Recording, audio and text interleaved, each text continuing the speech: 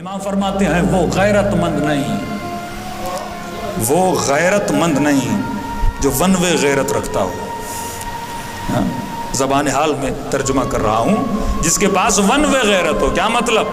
میری بہن کو کوئی نہ دیکھے، میری ماں کو کوئی نہ دیکھے، لیکن اس نے خود کو چھوٹ دی ہوئی ہو کہ جسے چاہے وہ دیکھے۔ مولا فرماتے ہیں علی کی نظر میں یہ غیرت مند نہیں ہے، یہ غیرت سے خالی ہے، یہ غیرت سے عاری ہے۔ کہ مولا غیرت مند کون ہے؟ فرمایا جو یہ بھی پسند کرے میری ماں بہن کو کوئی نہ دیکھے، اور یہ بھی پسند کرے کہ وہ خود کسی کی ماں بہن کی طرف نگاہ نہ ڈالے۔ اور اگر ایسا کرتا ہے تو یہ علی کی نظر میں غیرت مند نہیں ہے۔ ایک علی والا جوان جو علی کی ولایت میں زندگی بسر کرتا ہے، اس کی آنکھیں کبھی بے غیرتی کی طرف نہیں اٹھتی، کبھی بے حیائی میں نہیں جاتی، کیونکہ مولا فرماتے ہیں یہ غیرت مند ہوتا ہے۔ اور غیرت اللہ ہی جب انسان کی جوش میں آتی ہے، کس بات پہ امام سجاد روتے رہے؟ اسی غیرت کی وجہ سے کہ کاش میری ماں نے مجھے پیدا نہ کیا ہوتا۔ یہ جملے غیرت کے جملے ہیں۔ جب وہ منظر دیکھتے تھے تو فرمایا آنکھوں سے اگر کوئی گناہ کرے، آنکھوں سے اگر کوئی بدکاری کرے، آنکھوں سے اگر اللہ کی ناشکرانی کرے تو اس کا عذاب اشد العذاب میں بدل جاتا ہے۔ شیراز کا واقعہ، ایران کا، یہ اہل بیت کے کئی احادیث میں یہ فرامین آئے ہیں۔ اس پہ ایک علمی بحث بھی ہے کہ جو انسان بے حیائی کرتا ہے آنکھوں سے، مثلا کسی کی ماں بہن کو بری نگاہ سے دیکھتا ہے، تو وہی کام اس کے گھر میں بھی ہو سکتا ہے۔ شیراز کا واقعہ، سنہار تھا، اس کے گھر میں ایک شخص کام کرتا تھا 17 سال سے، بوڑھا ہو گیا۔ اس کی بیوی کہتی ہے پانی لے کر آتا تھا دور سے، گھر میں ڈیلی پانی رکھ کے جاتا تھا۔ ایک دن آیا اور اس کے سر پر، اس کے وجود پر شیطان سوار ہوا اور اس نے میری کلائی کو پکڑا۔ میں نے کہا شرم کرو، اتنے سالوں سے اس گھر میں کام کر رہے ہو۔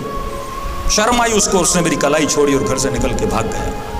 رات کو شوہر واپس آیا، یہ شوہر کے ساتھ بیٹھی، کہنے لگی تجھے علی کی قسم، میں نے مولا کا ایک فرمان سنا ہوا ہے، مجھے یہ بتا آج تو نے کوئی گناہ کیا تھا؟ آج تو نے کوئی خطا کی تھی؟ شرمندہ ہوا کہ کیوں پوچھ رہی ہے؟ کہ سچ سچ بتا آج تم نے کچھ کیا تھا؟ کہتے ہاں، ایک خاتون دکان پر چوڑیاں لینے آئی تھی سونے کی، شیطان سر پہ سوار ہوا، میں نے اسے کہا اپنا ہاتھ آگے بڑھا، میں تجھے چوڑی پہناتا ہوں۔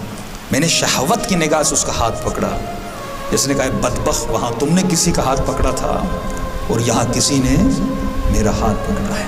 ماسو فرماتی مت سمجھنا، کیونکہ اس شہوت کا اگر علاج ہے، آپ کے بچوں کے لیے کل کی مجلس میں پڑھ چکا، ہر چیز کا علاج ہے۔ ہاں، سر میں درد ہے، آدمی یہ گولی کھا لیتا ہے، پیٹ میں تکلیف ہے، اس کی کوئی دوا ہے۔ اسی طرح جتنی بھی آنکھوں کے گناہ ہیں اس کی جڑ کیا ہے؟ شہوت ہے۔ یہ بدترین گناہ جو معاشرے میں ہو رہے ہیں، آپ کے اسلام آباد میں کئی واقعات ہو چکے ہیں، ڈیلی بیسس پہ اخبار میں رپورٹس ہوتے ہیں۔ کیوں؟ کیونکہ جس معاشرے میں اخلاقی تربیت نہ ہو، اس معاشرے میں یہ واقعات ہوتے ہیں۔ فرمایا کہ امام فرماتے ہیں کہ انسان اگر آنکھ کو پاک نہیں کرے گا تو یہ آنکھ کبھی بھی امام زمانہ کی زیارت نہیں کر سکتی۔ اس کا علاج ایک ہے کہ انسان اپنے بچوں کی شادیاں کروائے جتنا جلدی ہو سکے۔ اگر اس جوان کی آپ شادی نہ کروائیں اور یہ گناہ میں مبتلا ہو جائے تو روایات میں ملتا ہے سارا گناہ کس کے سر پر ہے؟ والد کے سر پر ہے۔ اچھا جو غریب ہیں ان کے اپنے بہانے ہیں کہ مولانا جب تک جاب ہو تب شادی کروں گا۔ اچھا جو امیر ہیں پھر ان کے اپنے بہانے ہیں، جن کو پیسہ دیا ان کے اپنے بہانے ہیں، جو غربت میں ہیں ان کے اپنے بہانے ہیں۔ یہ جوان جو معاشرے میں تباہ ہو رہا ہے صرف اس چیز کی وجہ سے کہ آپ ان کی ضرورتوں کو پورا نہیں کرتے۔ اور کئی جوان فون کرتے ہیں کہ مولانا جاب بھی ہے، نوکری بھی ہے، لیکن نہ ماں راضی ہو رہی ہے نہ باپ راضی ہو رہا ہے، اور کہہ رہے میں یقین سے کہہ سکتا ہوں کہ میں گناہ میں مبتلا ہو رہا ہوں، مولانا کیا کیا جائے؟ تو یہاں پہ شریعت کہتی ہے اگر آپ کے پاس وسائل ہیں آپ شادی کر سکتے ہو، اور بلا وجہ ماں باپ آپ کے راضی نہیں ہو رہے تو آپ بغیر اجازت کے بھی شادی کر سکتے ہو، کیونکہ خود کو گناہ سے بچانا واجب ہے، اپنی قبر کو بچانا واجب ہے۔ صلوات پڑھے محمد و آل محمد۔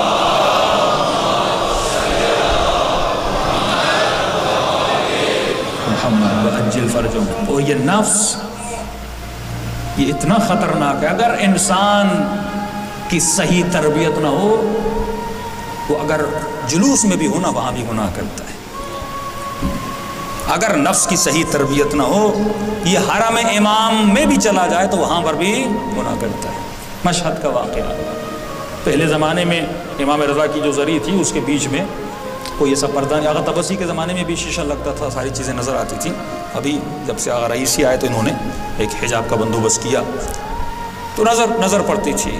یہ جوان زیارت کر رہا تھا حضور امام رضا میں، لیکن جب انسان پہ شہوت کا غلبہ ہو وہ اپنے امام کو بھی نہیں دیکھتا.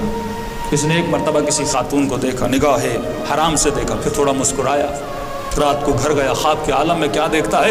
امام رضا کے حرم میں گیا، اور جیسے حرم میں داخل ہوا مولا کرسی پہ تشریف فرمائے. میں نے امام رضا کو سلام کیا. مولا نے جواب تو دیا لیکن اپنا چہرہ مجھ سے پھیر لیا. کہتے اگلا منظر بڑا عجیب منظر تھا. میں آگے بڑا خواب کے عالم میں، اور جس کرسی پہ امام رضا بیٹھے تھے میں نے اس کرسی کو ٹھوکر ماری اور مولا رضا زمین پہ گر پڑے.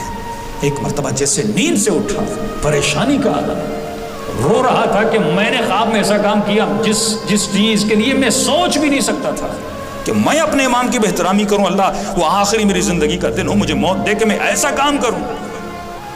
کئی دن روتا رہا. بڑے بڑے علماء سے میں نے پوچھا لیکن مجھے جواب نہیں ملا. پتہ چلا مشہد میں ایک عارف باللہ ہیں، ان کے پاس میں گیا. میں نے قبلہ، میں نے عجیب خواب دیکھا. میری چین زندگی سے نکل چکا ہے، سکون زندگی سے چلا جا چکا ہے. میں عاشق امام رضا ہوں اور خواب کے عالم میں یہ دیکھا ہے کہ میں نے اپنے امام کو ٹھوکر ماری. کہ یہ بتا، حرم میں تم نے کوئی غلطی کی تھی؟ کوئی ایسا فعل انجام دیا تھا کہ جس سے اہل بیت ناراض ہوں؟ کہا اس دن گیا تھا، میں نے اپنی نگاہوں سے ایک گناہ کیا تھا کہ امام تجھے بتانا چاہتے ہیں جب تو ایسا کرتا ہے تو گویا ہماری بہترامی کرتا ہے. بہترامی صرف وہ نہیں جو شمر نے کی، بہترامی صرف وہ نہیں جو ابن سعد نے کی. تم اپنے عمل سے حضور امام میں اگر گناہ کرتے ہو، گویا امام کو برملا کہتے ہو کہ مولا میں تمہاری پرواہ نہیں کرتا، مولا میں آپ کے حضور میں گناہ کرتا ہوں. جب تو اللہ کے حضور میں گناہ کرتا ہے گویا اعلان کرتا ہے، اعلان جنگ ہے پروردگار عالم کے ساتھ کہ خدا تو نے منع کیا لیکن میں کر کے دکھا رہا ہوں.